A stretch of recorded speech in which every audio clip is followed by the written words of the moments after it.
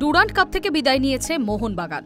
AFC champions league 2-এ খেলতে নামার আগে দল আরও শক্তিশালী করল তারা।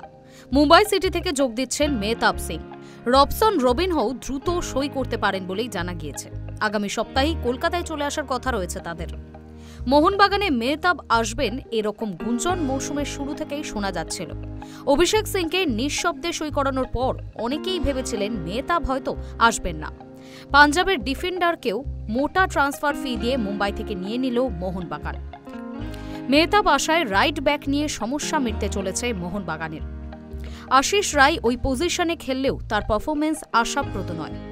অনেক ম্যাচেই প্রত্যাশা অনুযায়ী খেলতে পারেননি তিনি। তাই মেহতাব আশায় চিন্তা কমতে চলেছে হোসে মলিনার।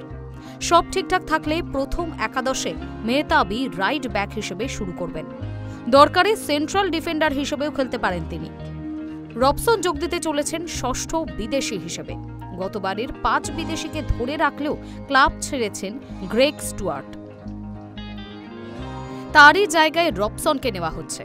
ইস্টবেঙ্গলের কোচ অস্কার ব্রুজো যখন বাংলাদেশের বসুন্ধরা কিংসের দায়িত্বে ছিলেন তখন তার অধীনে খেলেছেন রবসন। ব্রুজো তাকে নেওয়ার চেষ্টা করেছিলেন ইস্টবেঙ্গলে, তবে শত্রু ক্লাবেই যোগ দিচ্ছেন রবসন।